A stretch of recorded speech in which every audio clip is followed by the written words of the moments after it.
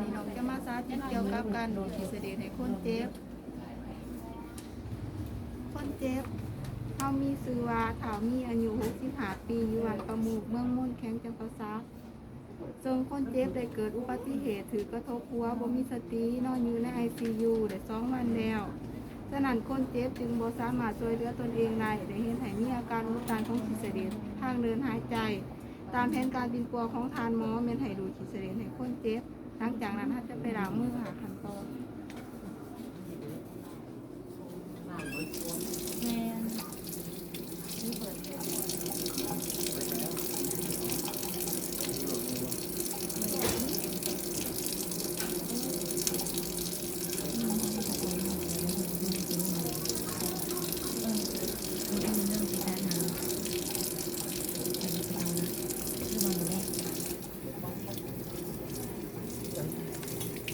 ก็ว่ากับที่นี่ที่เขาไ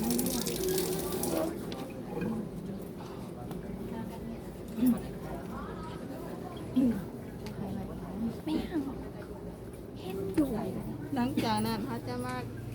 เตรียมอุปกรณ์เขาจะมีหมอนน้อยมีสเตย์มีน้ำมีเหล่า70มีแอบซัมมี่มีบอสฮอแปรงเสิร์ฟมีแสลงซ้ำหมักทัวทุ่งมือสะอาดไม้คมดีนแบบจอกน้อยใส่น้ำแบบเครื่องดูดขีดเสลดหลังจากนั้นเขาจะมาหาพี่น้องคนเจ็บ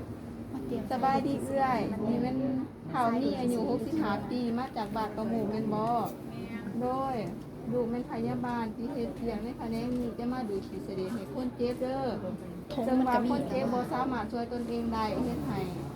ขีดเสลดมาอุดตันทางเดินหายใจเฮ็ดให้เราหายใจบ่สะดวกโดยนี้เนาะก็จะมาดูขีดเสลดให้เราเด้อเดี๋ยวถ้าจะมาจัดทานอนให้คนเจ็บในทานอน30 องศาเดี๋ยวหันหน้าเขามาหาเราหน่อยนึงเดี๋ยวเขาจะมาฟังเบิ่งว่าขีดเสลดมีหน่อยหรือร้ายสำใด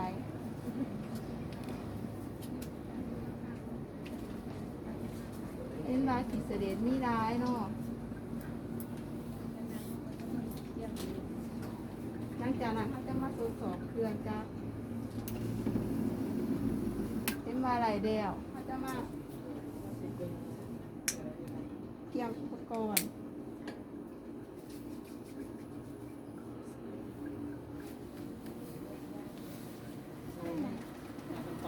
ถ้าหนาไปของเหียนบ่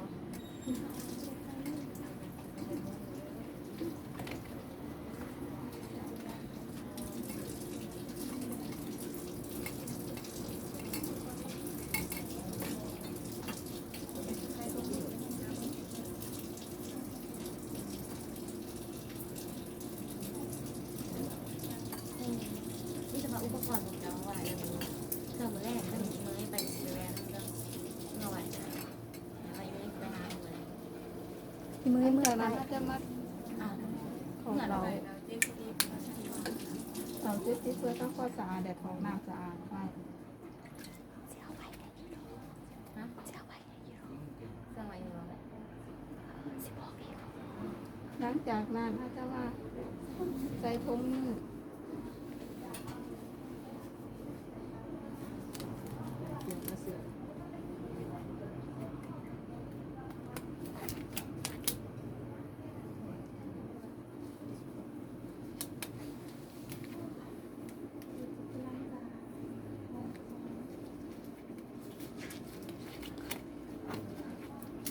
หลังจากนั้น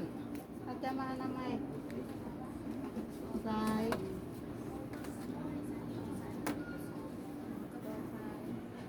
เขาจะทำไมถึงเป็นเครื่องร่มลุมแล้วเขาจะมาต่อซ้ายเลย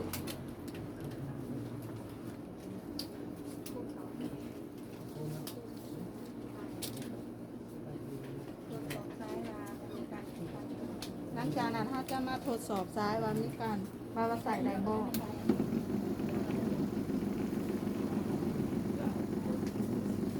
เห็นว่าซ้ายใส่ได้แล้วจากนั้นเขาจะไปดูดคนเจ็บเลย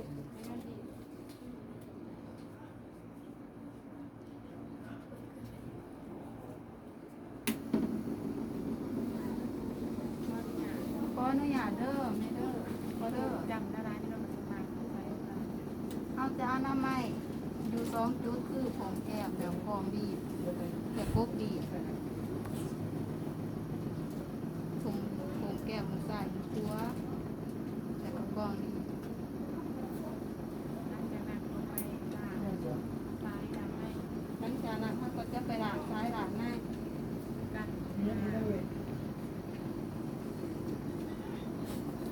เดี๋ยวก็มาดูดังให้คนเจ็บ ตั้งก็ใส่ในอันนี้ เสียอะไร